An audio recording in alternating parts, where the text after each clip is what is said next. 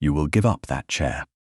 Lady Lavinia Pemberton spoke softly enough to suggest breeding, and loudly enough to ensure that everyone nearest the subscription tables could hear her. The elderly lady, seated beside the tall windows of the Bath assembly rooms, looked up from fastening her glove. She was plainly dressed by the standards of the room, in dove-grey silk, without fashionable trimming, her bonnet carrying the faint dust of travel.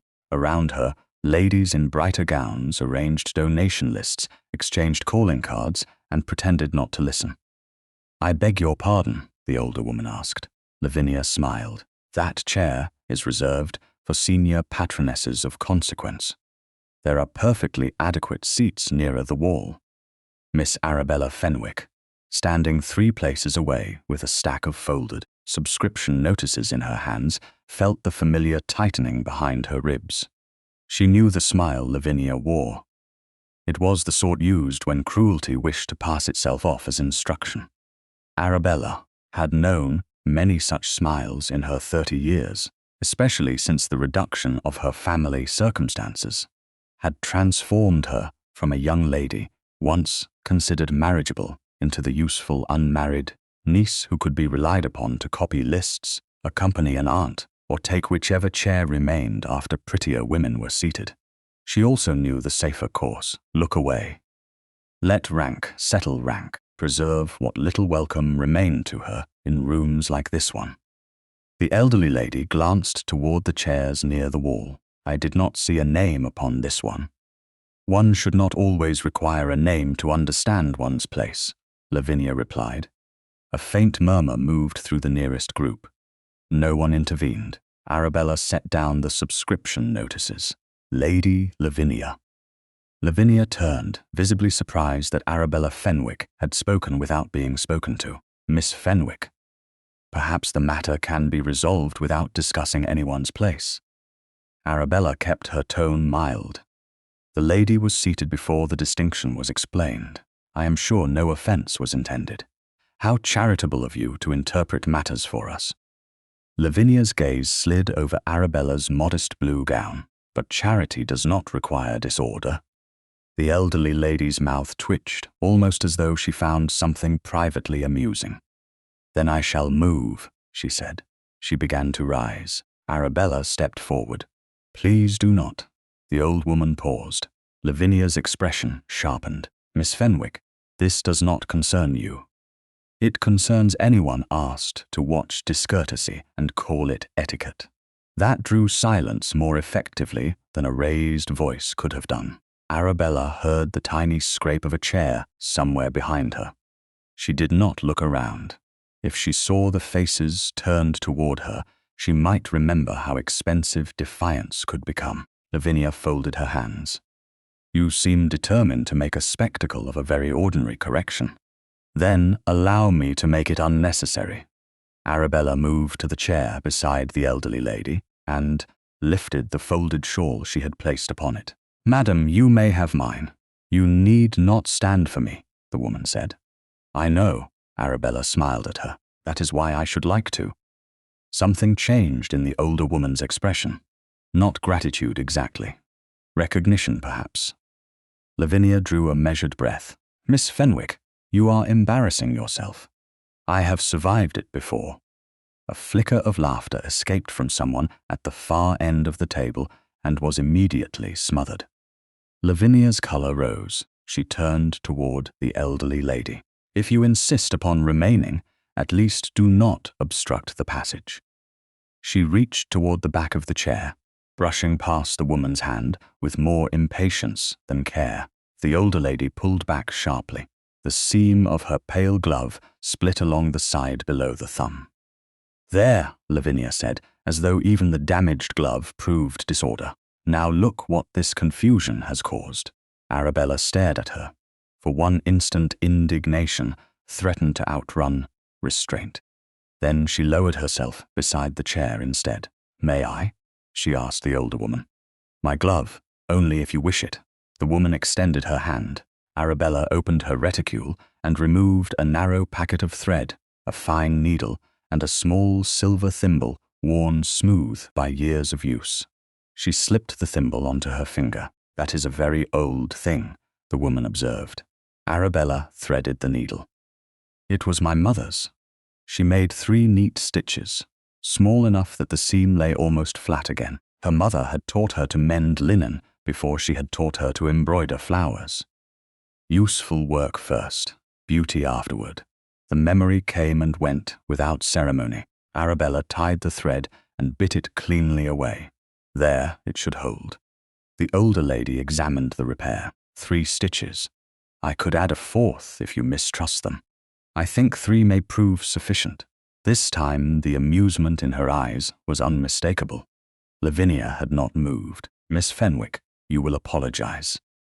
Arabella rose slowly.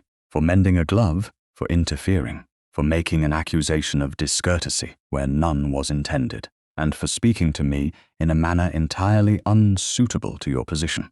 The old wound in Arabella's pride opened with humiliating ease.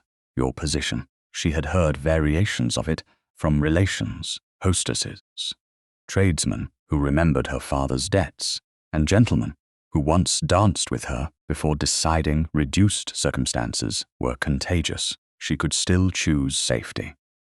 One apology, carefully worded, and the room would forgive the spectacle by supper. She looked at the woman in the repaired glove, still seated beneath the contempt of people who had decided she mattered less because they did not know her name. I cannot apologize for asking that she be treated with ordinary civility. Lavinia's eyes hardened. Then perhaps you should leave. If that is the price of saying it, I shall. No.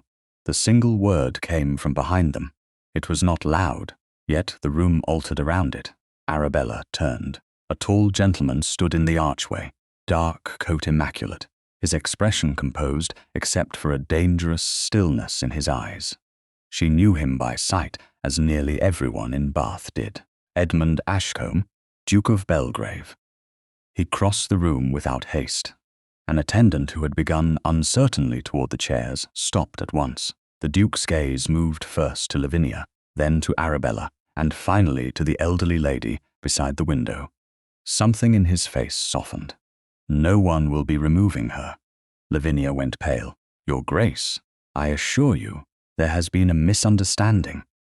The Duke ignored her. He stepped directly to the seated woman and looked down at the 3 small stitches holding her glove together. Mother, he said, I see you have managed to cause trouble before I arrived. For one suspended moment, no one seemed willing to breathe.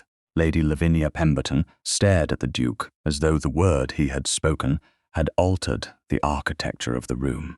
Mother, she repeated. The elderly lady in dove-grey silk raised her repaired hand and regarded the 3 stitches with exaggerated seriousness. Yes, Edmund.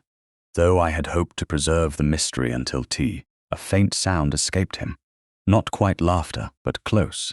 Lady Lavinia found her voice first. Your Grace, I had no notion. No, Augusta Ashcombe said pleasantly. That has become quite clear.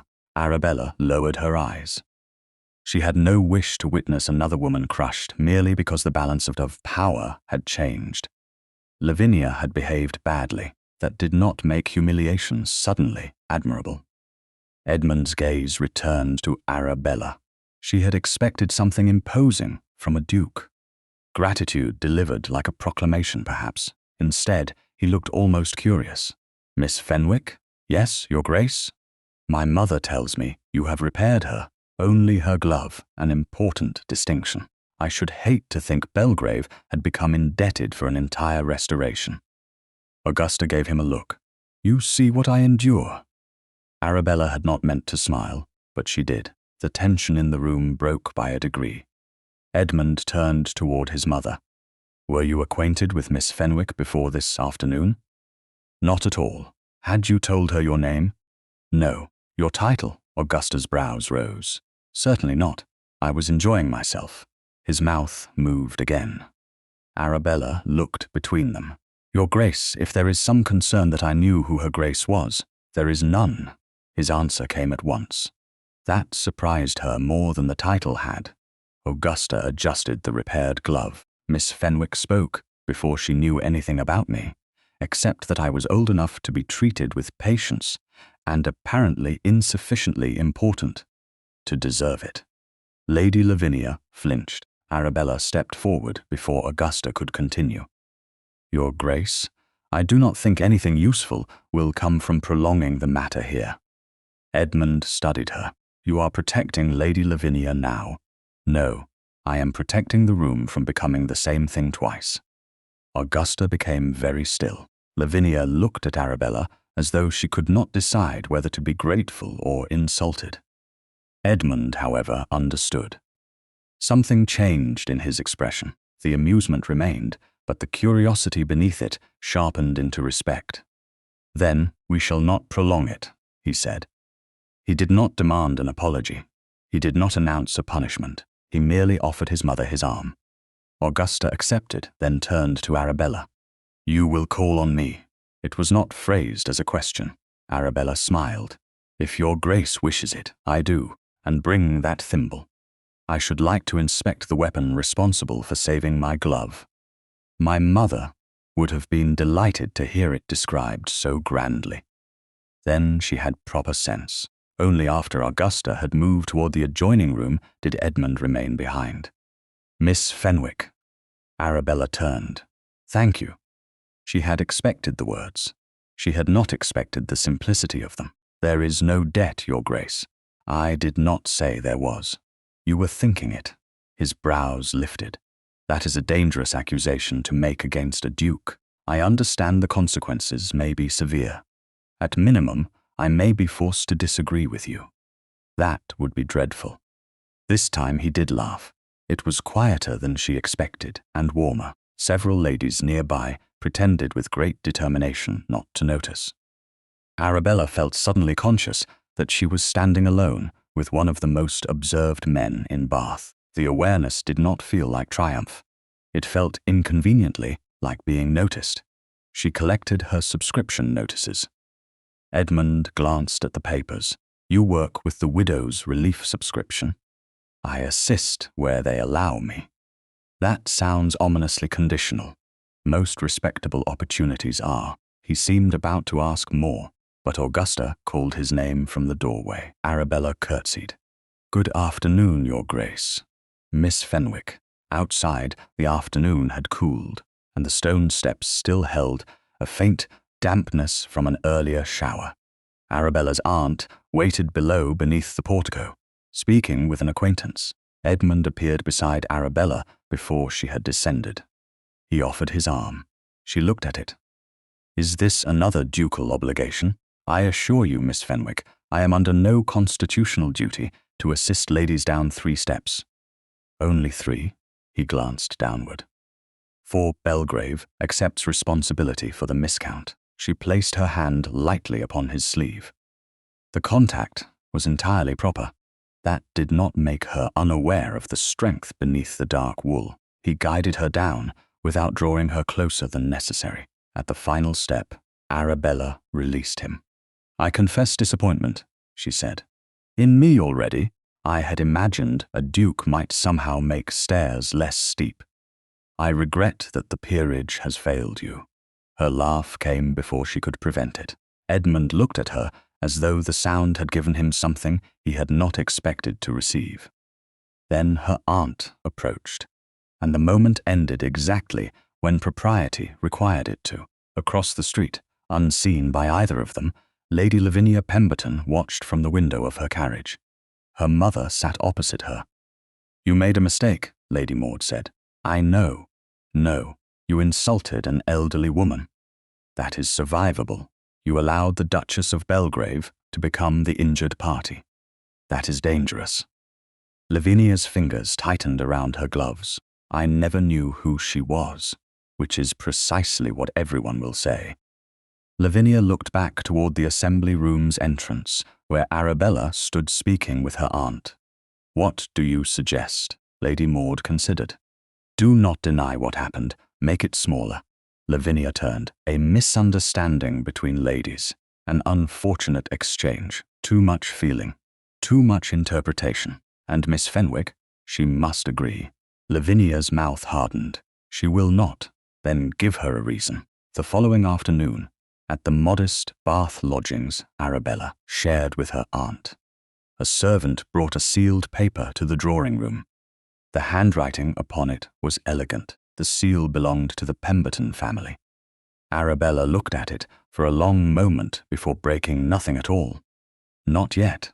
Arabella carried Lady Lavinia Pemberton's sealed paper with her the next afternoon without once breaking the wax. Her aunt had raised an eyebrow when she placed it in her reticule before they left their lodgings. "You are either being very wise," Mrs. Fenwick had said, "or very stubborn. I have not decided which. That usually means both." By the time their hired carriage stopped before the Bellgrave residence in Bath, Arabella had almost forgotten the letter. Almost. The house was elegant, without ostentation, its drawing-room warm with pale afternoon light, and the quiet order of a household accustomed to rank without needing to display it in every chair. Augusta Ashcombe received them as though they were old acquaintances rather than women she had met only days before. "You came," she said to Arabella. "You commanded it very effectively. I invited you. Your Grace, there was very little room left for refusal." Augusta looked delighted. "Edmund says the same thing." "That cannot be true," a male voice said from the doorway. "I have spent 36 years perfecting refusal." Arabella turned. Edmund entered without the solemnity she had come to expect from men who knew they were being observed. He bowed first to her aunt, then to Arabella. "Miss Fenwick, Your Grace." His gaze flicked briefly toward her hands. "No sewing emergency today?" "None yet. My mother has had an entire morning to damage something." Augusta gave him a severe look over the rim of her teacup. "I have survived without supervision before. Family records are unclear." Arabella smiled despite herself. It became easier over the next half hour to understand why mother and son loved one another. Augusta challenged him without fear. Edmund teased her without diminishing her. Neither seemed impressed by the other's rank, which Arabella found unexpectedly restful. Her aunt became absorbed in discussing a mutual acquaintance with Augusta, leaving Arabella near the small work table by the fire. She had brought a length of plain linen that needed hemming, nothing important. Merely useful work for idle hands. When she opened her sewing case, the little silver thimble slipped from its compartment. It struck the carpet, rolled once beneath the edge of the table, and stopped near Edmund's shoe. They both bent. Their hands reached it together. His fingers touched hers. The contact was no more than a brush of skin, but neither of them withdrew at once. Arabella looked up. Edmund's expression had changed. The humor had vanished, not awkwardly, but as though he had understood that something small had become suddenly private. He picked up the thimble and turned it carefully between his fingers. "This is the one?" "My mother's. The famous instrument, famous only within a very limited circle. I have influence. That can be remedied." She should have laughed. Instead, she watched the way he held it. Not carelessly. Not as though a modest silver thimble were beneath the interest of a duke. "My mother used it every day," Arabella said. "She believed anything worth keeping should be repaired before it became impossible to save." Edmund looked at her then, not at the thimble. "That sounds like useful advice." It often was. He placed it in her palm rather than on the table. His fingers did not linger. For some reason, that restraint made the brief contact feel more significant. "Thank you," she said. He nodded once. The moment might have deepened if a footman had not entered, carrying a tray of fresh tea. Arabella welcomed the interruption more than she wished to admit. By the time she and her aunt returned to their lodgings, the Pemberton seal in her reticule seemed considerably less easy to ignore. She waited until the drawing-room door had closed and her aunt had removed her gloves. Then Arabella placed the letter on the table. "I suppose stubbornness has had enough excesses," Mrs. Fenwick said.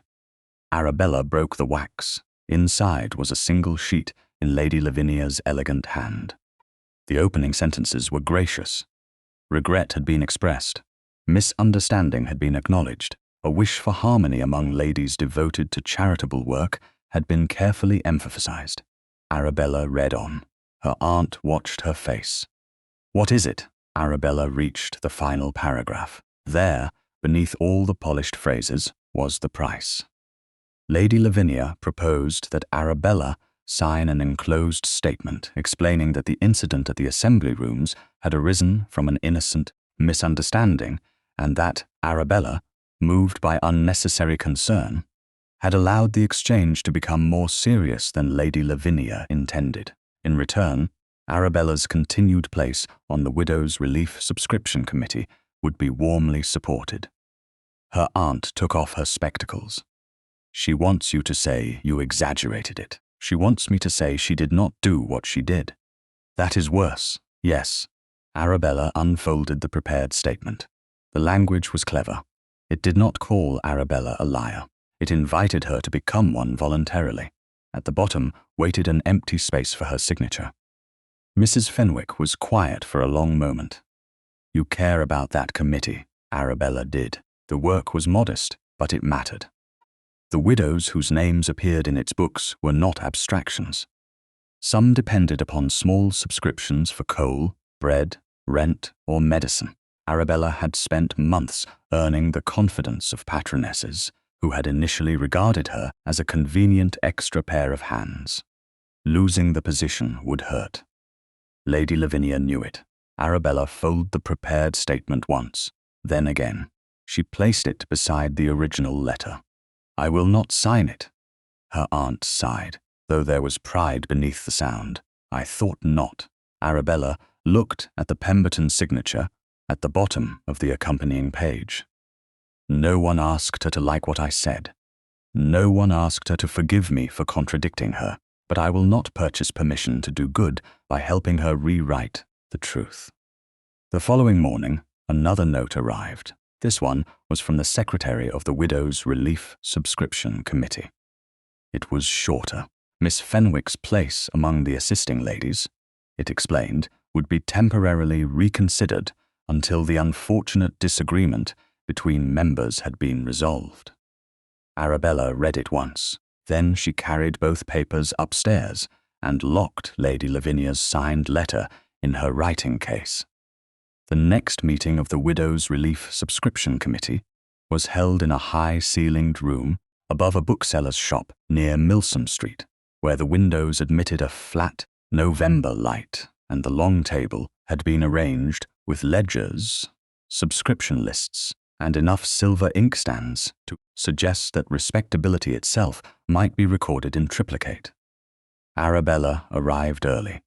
She had not slept well, but she had dressed with care. Her gown was plain grey blue, her gloves newly mended at one finger, her bonnet without ornament beyond a narrow ribbon. She carried no visible sign of distress. The letter from Lady Lavinia Pemberton rested inside her reticule. The prepared statement was folded with it. She had considered leaving both at home. Then she had decided that if anyone wished to discuss the truth, she would not permit them to do so, while pretending the words demanded of her did not exist. Her aunt had offered to accompany her. Arabella had refused gently. "This is committee business. It is social intimidation disguised as committee business. Yes, that was not an argument against my coming." Arabella had smiled. No, it was gratitude for offering. Now, as the other patronesses entered, the room filled with murmured greetings and the careful choreography of women who understood that a pause before acknowledging someone could communicate almost as much as an insult. Some greeted Arabella warmly. Others did so after looking toward the door. Then Lady Lavinia arrived. She wore pale green and an expression of composed regret. Lady Maud Pemberton accompanied her, but took a seat near the end of the table rather than beside her daughter. It was a position chosen to imply detachment without sacrificing influence. "Miss Fenwick, Lady Lavinia." Lavinia stopped across from her. "I hope we may put this unfortunate matter behind us today." Arabella looked at her. I hope we may put the truth in front of it first. A faint tightening appeared at Lavinia's mouth. Before she could answer, the committee secretary called the meeting to order. The first matters were ordinary. Coal allowances. 2 widows recently moved from Avon Street. A question of whether a grocer's account should be paid directly or through the parish intermediary. Arabella contributed where asked. No one referred to her suspended place. That absence became its own form of pressure. Then, after nearly half an hour, Lady Lavinia folded her hands upon the table. If I may, I believe there is one matter preventing this committee from returning to its proper work. The secretary looked uncomfortable. Lady Maud did not move. Several women turned toward Arabella. Lavinia continued. There has been far too much attention given to what was, in essence, an unfortunate misunderstanding at the assembly rooms. I have no desire to prolong it. Indeed, I would be very happy to consider the matter ended. Arabella said nothing. Lavinia's voice softened. I believe Miss Fenwick would agree that strong feelings encouraged an exchange to become simply more serious than anyone intended. There it was. Not the paper, the argument beneath it. A chair creaked near the fireplace. Arabella looked across the table. Would I? The secretary cleared her throat. Miss Fenwick, perhaps Lady Lavinia only means that a mutual acknowledgement might allow us all to proceed. Mutual? No one answered immediately. Arabella opened her reticule. She removed Lavinia's signed letter and the prepared statement. The folded sheets looked insignificant upon the table. Lavinia's eyes fixed upon them. Arabella did not hand them to anyone. She opened the prepared statement and found the line she wanted. Her voice remained calm. I was asked to sign a declaration stating that Lady Lavinia merely misunderstood the circumstances, and that I allowed unnecessary concern to make the exchange more serious than she intended. The room became very quiet. She looked up. I cannot sign that. Lady Lavinia's posture remained perfect. Because you prefer conflict? No. Then, because you believe your interpretation should govern everyone else's? Arabella folded the paper once. No, because I know what I heard. A patroness near the middle of the table shifted uneasily. Lavinia gave a small, sorrowful smile. Surely charitable work requires some willingness to be agreeable. Arabella felt the old instinct rise. Make it easier. Smile. Yield enough that everyone else could continue without discomfort. It had always been presented as good manners. She had begun to understand how often good manners were merely obedience made decorative. Charitable work requires honesty, she said. Lavinia's expression hardened.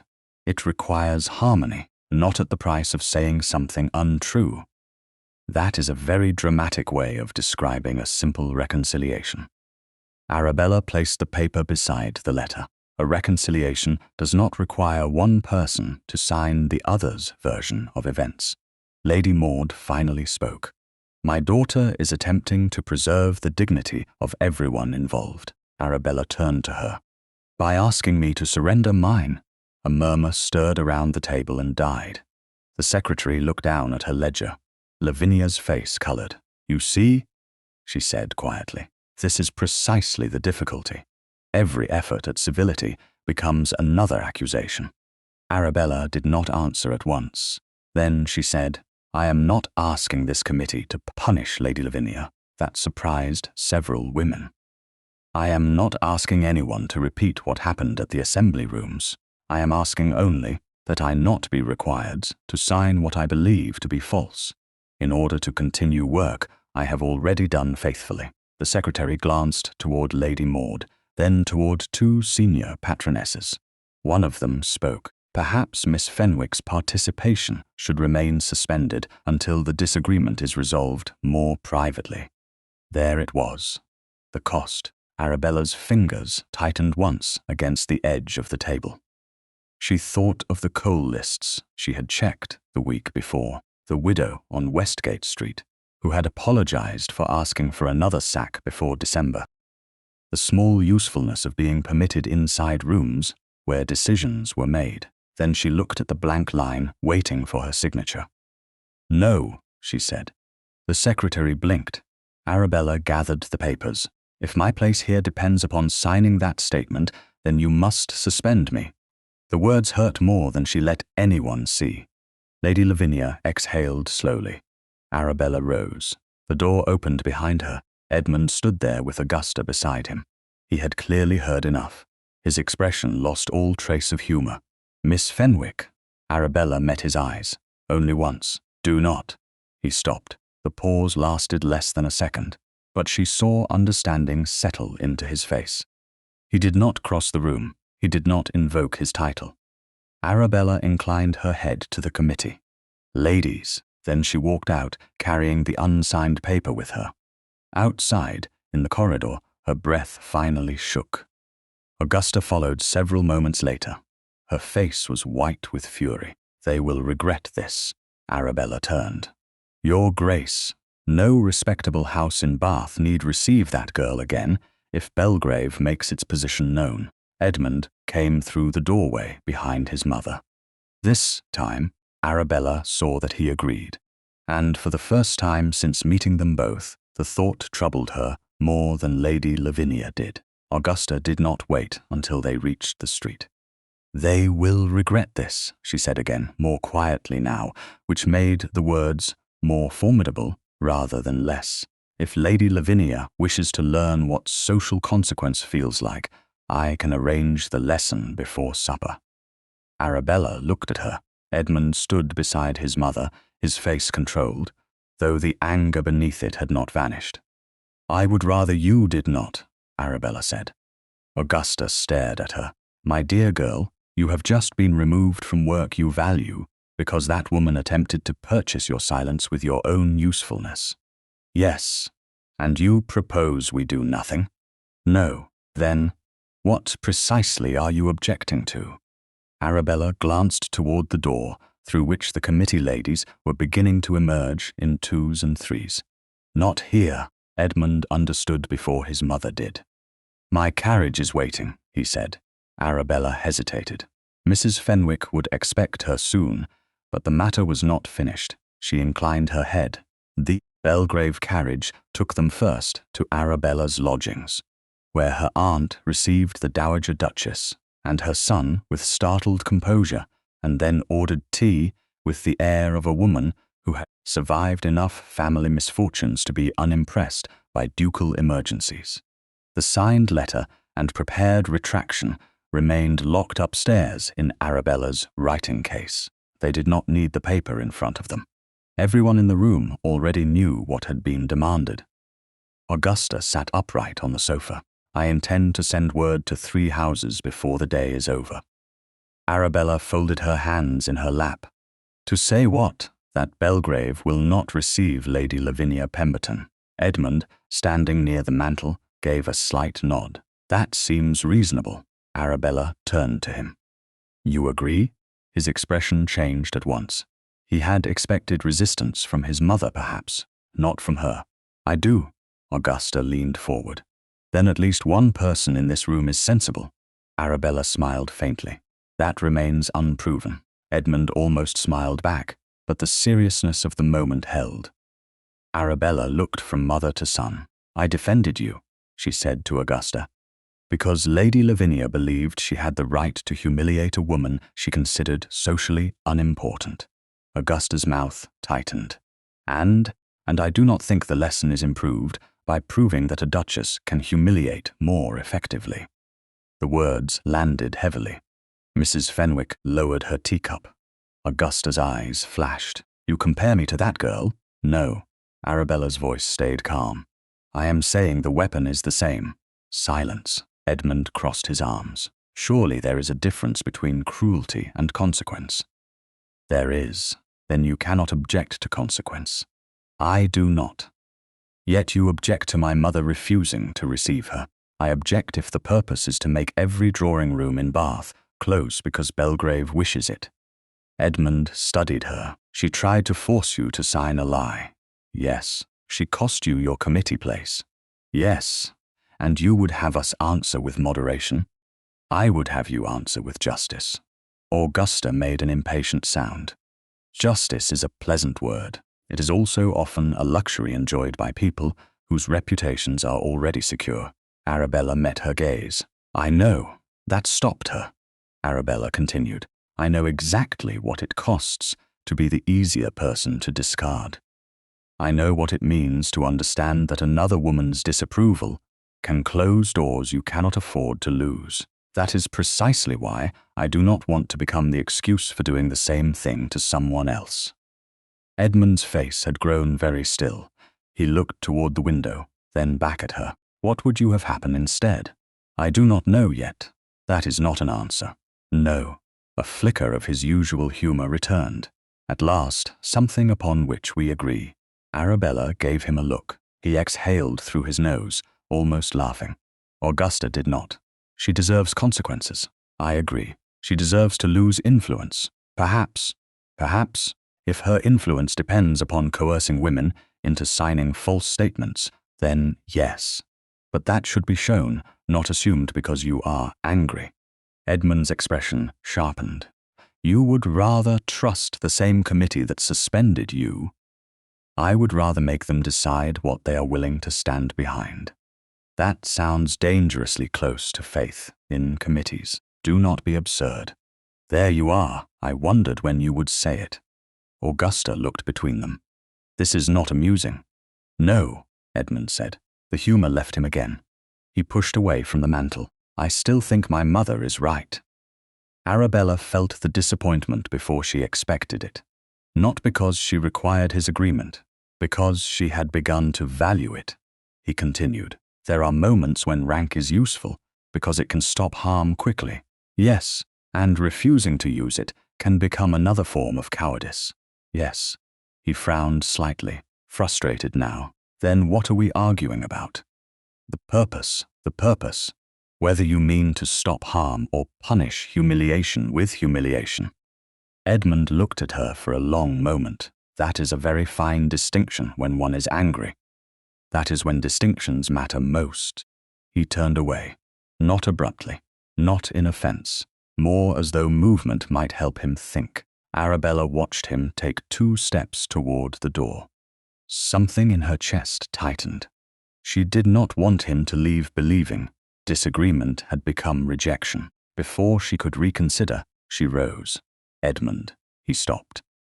The use of his Christian name startled both of them. Arabella crossed the small distance between them and touched his sleeve. It was the first time she had reached for him deliberately. Not because propriety required assistance. Not because an object had brought their hands together by chance, because she wanted him to stay. His gaze dropped to her fingers resting lightly against the dark fabric. Then he looked at her. I am not asking you to agree with me because you care what I think, she said. His voice softened. That is fortunate. Why? Because people generally agree with me for considerably worse reasons. A reluctant smile touched her mouth. He added, being a duke makes honest disagreement surprisingly difficult to obtain. That sounds exhausting. It is intolerable. Now she smiled properly. His eyes warmed. Arabella withdrew her hand, though neither of them pretended the touch had meant nothing.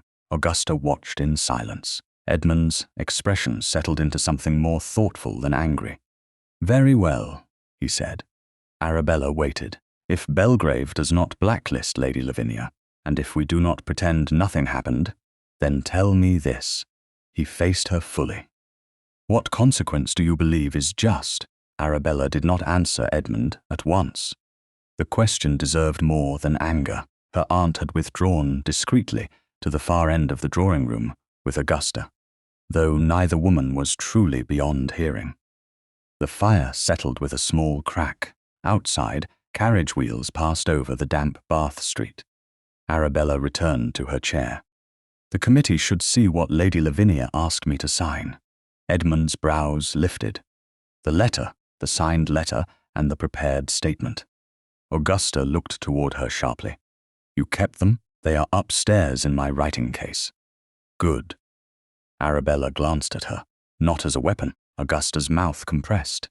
Edmund moved nearer, but not enough to crowd her. What then? As evidence of her own choice. He waited. Arabella continued. I do not want Bellgrave to decide whether she is fit to lead a charitable committee. I do not want you to decide it. I do not even want her Grace to decide it. Augusta made a quiet sound of protest. Arabella smiled faintly. You asked for my view. I am reconsidering the wisdom of that. Edmund hid a smile. Arabella went on. Lady Lavinia used charitable access to pressure me into signing something untrue. The other patronesses should be asked whether they consider that compatible with the work they claim to value. Edmund's expression became thoughtful. And if they decide in her favor, then I will know what that committee is. You would accept losing your place? I already have. That is not what I asked. No. She looked directly at him. But I would rather lose it honestly than regain it by borrowing your rank. Something in his face changed. The argument of the previous hour seemed to leave him all at once, not because he had been defeated, but because he had finally understood what she was protecting. Not herself alone, the meaning of the choice. Augusta rose and crossed to the window. I dislike this plan. Arabella said nothing. I dislike it intensely. Edmund folded his arms. That generally means it is sound. Augusta turned upon him. You agreed with me 10 minutes ago. I have suffered moral improvement since then. Arabella laughed before she could stop herself. Augusta looked between them and shook her head. You are both insufferable. Then her expression softened. She returned to Arabella. I was angry. I know. I still am. I know that too. Augusta sat beside her. When that girl treated me as though age had made me ridiculous, I wanted her to feel powerless in return. Arabella listened, and when she punished you for defending me, I wanted to make certain she never had power over another room again. That wish is understandable, but... Arabella hesitated. Augusta gave her a dry look. You have corrected a duchess twice this week. Do not lose courage now. But I think power used in anger rarely stays as precise as we imagine. Augusta was silent. Then she looked down at the glove Arabella had repaired days before. The 3 tiny stitches remained visible along the seam. When you defended me, she said, you did not know I could injure you socially. No, and now you know perfectly well that I can injure Lady Lavinia. Yes. A rueful smile appeared. And you are still telling me no. Yes, Your Grace. Augusta took Arabella's hand briefly between both of hers. Then I owe you an apology. Arabella blinked. For what? For asking you to become the excuse for something you had already told me was wrong. The words struck deeper than Arabella expected. You were defending me. That does not make me right. Edmund looked at his mother. A quiet understanding passed between them. Then he said, We will do it Miss Fenwick's way. Arabella turned to him. Not because I said so. No, because you agree, he considered. Because I am learning to. It was perhaps the most honest answer he could have given. The next morning, arrangements were made for a special meeting of the patronesses. Edmund did not summon anyone in his own name. Augusta did not threaten withdrawal of favor. The request came through the committee secretary, who had already become uneasy about the manner in which Arabella had been suspended. By late afternoon, Arabella stood again in her aunt's drawing room, the signed Pemberton letter locked safely upstairs. Edmund had come alone, but for a servant waiting in the hall. The meeting would be the following morning. There is one thing you should know, he said. Arabella looked up. He had not been joking since he arrived. I admired you first because you defended my mother. She did not move.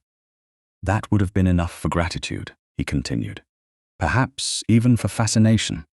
Fascination sounds inconvenient. It has proved so. Her mouth softened. But it is not why I am here now. He took one measured breath. I care for you because you disagreed with my mother when it would have been easier to flatter her. Because you disagreed with me when it would have been safer not to. Because you would rather lose something than let power decide truth for you. Arabella felt warmth rise through her chest. Not triumph. something gentler and more dangerous. Edmund looked toward her hand, then back at her face. Slowly, he opened his own palm between them. He did not reach. He waited. Arabella understood. The choice was hers. She placed her hand in his. His fingers closed carefully around hers. No urgency, no possession, only warmth. They remained that way. "You once said honest disagreement must be exhausting for a duke," Arabella murmured. "It is, and yet you seek mine. I appear to have lost all sense of self-preservation." She smiled. His thumb moved once over her knuckles, then stilled. "Tomorrow," he said, "I will not speak unless you wish me to. I may wish you to. Then I will. And her grace?" He sighed. "She has promised restraint." That sounded painful. It was heroic. Arabella laughed softly. Then she looked down at their joined hands. "I do not know what the committee will decide." "Neither do I. You cannot promise they will restore me." No, that mattered. He was not offering certainty. He was offering presence without control. Arabella squeezed his hand once. "Good." His eyes warmed. "Good? I would rather go into the room with the truth than with a promise bought by your title." He bowed his head slightly. "I am beginning to understand that." The next morning, Arabella unlocked her writing case. Lady Lavinia's signed letter lay exactly where she had left it, the prepared statement folded beneath it. She placed both carefully into her reticule. Then she closed the case, drew on her gloves, and went downstairs. Edmund was waiting in the hall. He did not offer instructions. He only opened his hand. Arabella placed hers in it for one brief moment before they stepped out to face the committee. The patronesses' meeting began without ceremony. That, Arabella thought, was almost more difficult than spectacle. No crowded ballroom, no orchestra falling silent, no grand announcement, only a long table, 12 women, 2 ledgers, the faint scratch of a pen, and the knowledge that every person in the room understood why they had been summoned. Lady Lavinia Pemberton sat 3 chairs from the head of the table. Her mother sat behind her. Augusta Ashcombe had taken a place near the windows rather than at the head. That choice was deliberate. Edmund remained standing near the far wall. He had kept his word. He had not entered as though Bellgrave had come to judge them. Arabella took her seat opposite Lavinia. The committee secretary cleared her throat. "Miss Fenwick has requested that a matter concerning her suspension be considered formally." Lady Lavinia inclined her head. "I had hoped the disagreement might be resolved without further unpleasantness." Arabella placed her reticule upon the table. "So had I." Lavinia looked toward Augusta. "Your Grace, I deeply regret that such an ordinary misunderstanding has become a source of distress." Augusta's face revealed nothing. For one dangerous moment, Arabella feared she might answer with all the anger she had restrained the previous day. Instead, Augusta folded her gloved hands. "My opinion is not the one this committee has been asked to consider." Several patronesses looked surprised. Lavinia did too. Augusta continued. "I was the object of the original discourtesy. That is true. I am also the mother of a duke. That is equally true. Neither fact entitles me to decide whether this committee permits one patroness to compel another to sign an account she believes false." The room became quieter. Arabella looked at her. Augusta did not turn, but the repaired seam of her glove was visible against the dark fabric of her skirt. 3 small stitches. Nothing more. The secretary nodded slowly. "Miss Fenwick." Arabella opened her reticule. She removed Lady Lavinia's signed letter and the prepared statement. She did not begin with the assembly rooms. There was no need. Everyone present knew enough of that afternoon already. "I do not ask this committee to decide whether Lady Lavinia intended cruelty when she spoke to her Grace." Lavinia shifted slightly. "I ask only that you consider what happened afterward." Arabella placed the signed letter on the table. "Lady Lavinia offered continued support for my place on this committee if I signed a statement describing the incident in terms I believed untrue." The secretary leaned forward. Arabella unfolded the prepared statement. I was asked to say that Lady Lavinia merely misunderstood the circumstances, and that I allowed unnecessary concern to make the exchange more serious than she intended. One of the older patronesses frowned. Was that statement written by you? No. By whom? Arabella looked at Lavinia. Lady Lavinia's chin lifted. I composed it. There was no denial. Arabella set the paper beside the letter.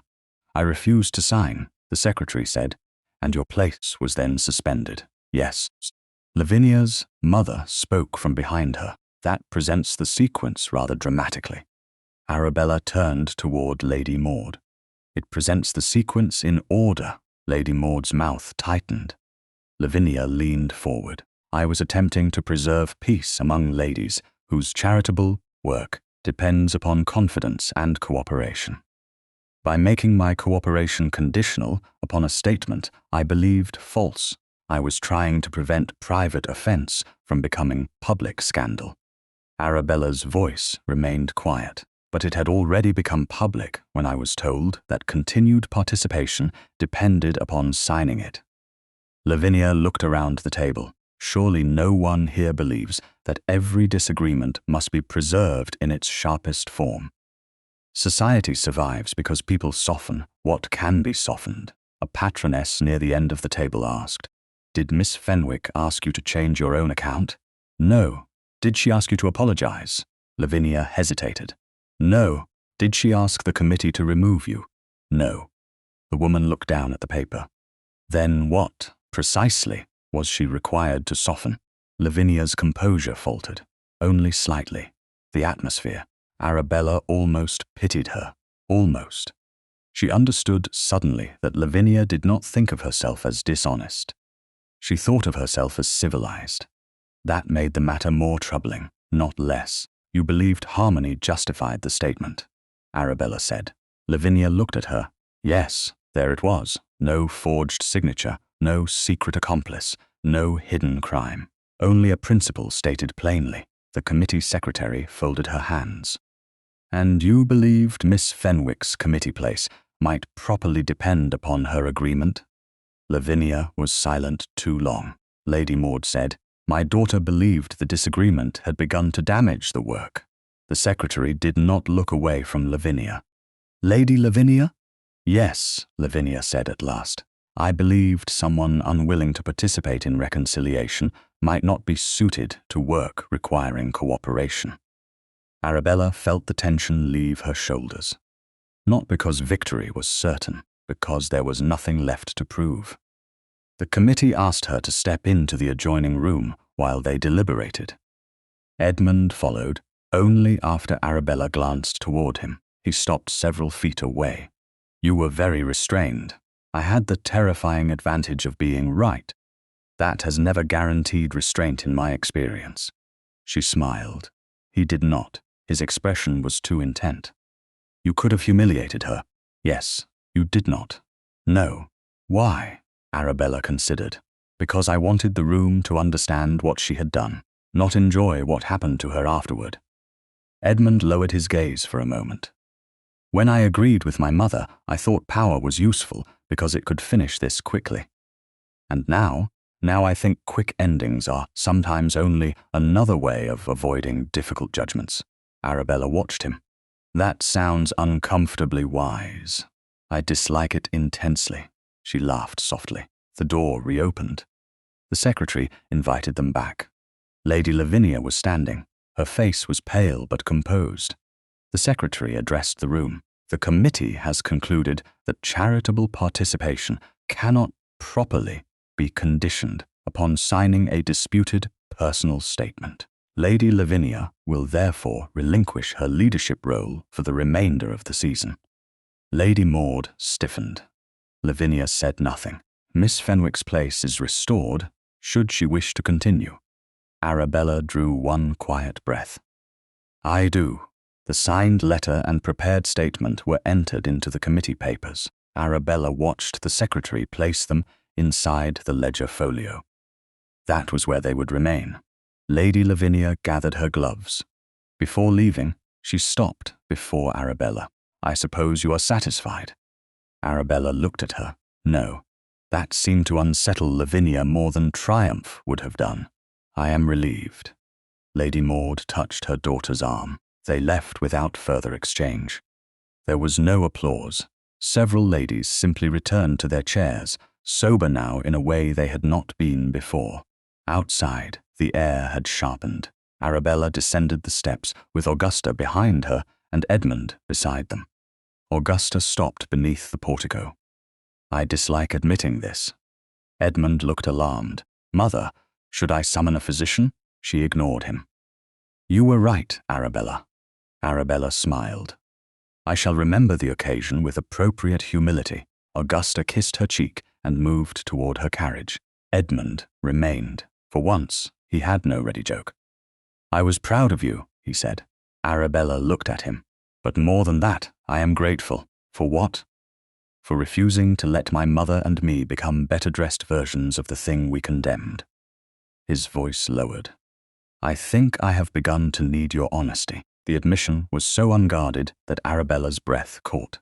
Edmund opened neither hand nor arm immediately. He only stood there. Then, quietly, he asked, May I hold you? Arabella answered by stepping toward him.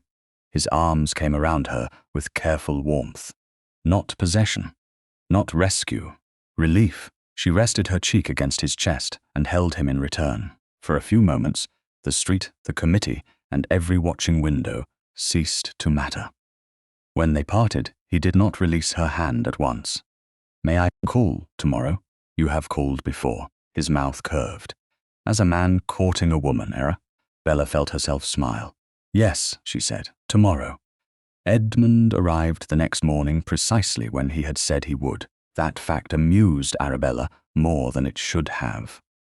Her aunt received him in the drawing room with the calm dignity of a woman determined not to be impressed by a ducal carriage waiting outside. Tea appeared. Proper conversation was attempted. For nearly 10 minutes, Edmund discussed the weather, the committee, and the condition of the Bath roads with such grave correctness that Arabella began to suspect he was suffering. At last her aunt set down her cup. I believe I have remembered a letter that requires an answer. Arabella looked at her. You mentioned no letter at breakfast. I was younger then. Edmund lowered his head to conceal a smile. Mrs. Fenwick withdrew to the writing desk at the far end of the room, near enough to preserve piety, and far enough to grant mercy. Edmund turned toward Arabella. The humor left his face. I had several speeches prepared. That sounds dangerous. They were excellent. Then I am relieved you have abandoned them. I have not. I simply discovered they were all attempts to sound wiser than I am. Arabella folded her hands. What remains? The truth, I hope. He sat opposite her, not beside her. The first time I noticed you were defending my mother. Arabella smiled faintly. That was an unfortunate introduction. For Lady Lavinia, perhaps. His expression softened. I thought at first that I admired your courage. Then I believed it was your kindness. Then your refusal to be impressed by me became inconveniently persuasive. Inconveniently? Very. She waited. He drew one breath. But none of those things is the whole of it. His voice lost its teasing edge. You corrected my mother when she wanted vengeance. You corrected me when I thought power could settle a moral question quickly. You risked losing something you valued rather than purchase it with dishonesty. He looked at her steadily. And when you disagree with me, I do not feel diminished. I feel more certain that whatever agreement you give me is real. Arabella felt her throat tighten. Edmund continued, I have spent much of my life surrounded by people who know what they want from the Duke of Bellgrave. You have made it impossible for me to hide comfortably inside him. Is that a complaint? No. A small smile touched his mouth. It is probably the most alarming gratitude I have ever expressed. Arabella laughed softly. Then he said, simply, I love you, Arabella. There was no room left for wit. For a moment she could only look at him. All the power he carried outside that room seemed absent from the words. He had given her no command, no expectation, no reminder of what marriage to him might offer. Only himself. Arabella rose. Edmund stood immediately. She crossed the small space between them and took both his hands. His fingers closed around hers only after she had chosen the contact. "And I love you, Edmund." He shut his eyes briefly. When he opened them, something almost boyish had broken through his composure. "You appear surprisingly calm about this. I am 30 years old. I cannot begin fainting now. That is considerate," she smiled. He lifted one of her hands, then stopped before bringing it any closer. "May I kiss you?" Arabella answered by stepping nearer. Yes, the kiss was gentle, careful at first, as though both of them understood that tenderness could carry more weight than urgency. Arabella's free hand came to rest against his sleeve. Edmund did not pull her closer until she moved toward him herself. When they parted, his forehead rested lightly against hers for one quiet moment. Then, Arabella heard the unmistakable sound of her aunt turning a page at the writing desk with unnecessary force. Edmund stepped back. "I believe Mrs. Fenwick has reached the limits of her correspondence. She is a woman of strong literary principles. I shall speak quickly." Arabella's heart began to beat faster. He did not kneel. He did not produce a ring like a theatrical solution to everything that had come before. Instead, he kept her hands in his. "Arabella Fenwick, will you marry me?" She looked at him. "Not because my mother owes you gratitude. Not because Bath has decided you were right. Not because I can give you a title." His voice softened. "Because I want every difficult truth you are willing to tell me. Every ordinary morning. Every disagreement. Every laugh at my expense. That is a dangerously broad invitation. I have been warned." Her eyes stung. "Yes," she said. His hands tightened carefully around hers. "Yes? Yes, Edmund." This time when he kissed her, she met him halfway. Several weeks later, Merriwick Park was dressed for Christmas. The house held cedar, holly, candlelight, and the low, contented noise of servants carrying parcels intended for tenants' children and estate families. Arabella stood beside the morning-room fire with her sewing box open upon a small table. She was married now. The fact still surprised her sometimes. Not the Duchess part. That remained largely ceremonial in her own mind. The wife part was stranger, warmer. Augusta sat nearby wearing the pale glove Arabella had repaired in Bath. The 3 tiny stitches still held. Edmund entered, carrying so many wrapped parcels that he could scarcely see over them. One slid sideways. He caught it with his elbow. Another struck the doorframe. Augusta watched him. Ducal dignity has declined sharply since autumn. It was always overstated. He set the parcels down and looked at Arabella. "Do not laugh. I have not yet. That word is doing dangerous work." He reached for another parcel and discovered that one of his cuff buttons had torn loose. Arabella stared at the dangling thread. Edmund followed her gaze. "No. Oh, yes, it can survive. So could your mother's glove." Augusta lifted the repaired hand. 3 stitches. Edmund sighed. "This family has become tyrannical." Arabella took out her mother's small silver thimble. "Sit," he obeyed with suspicious meekness. She threaded the needle and repaired the cuff while he watched her hands. When she finished, she held up his sleeve. "There." Edmund caught her fingers before she could withdraw them. He kissed them lightly. Augusta made an exaggerated sound of resignation. "Must this happen before dinner?" "Yes," Edmund said. Arabella laughed. Then he rose and offered her his hand, not because she needed help, because he wanted hers. She placed her hand in his. Together they went in to Christmas dinner, while behind them the silver thimble rested beside Augusta's glove. 3 small stitches still visible in the firelight. Thank you for listening to the story all the way to the end. Please tell us which city you're watching from and what the story made you feel. Don't forget to subscribe so you won't miss new stories.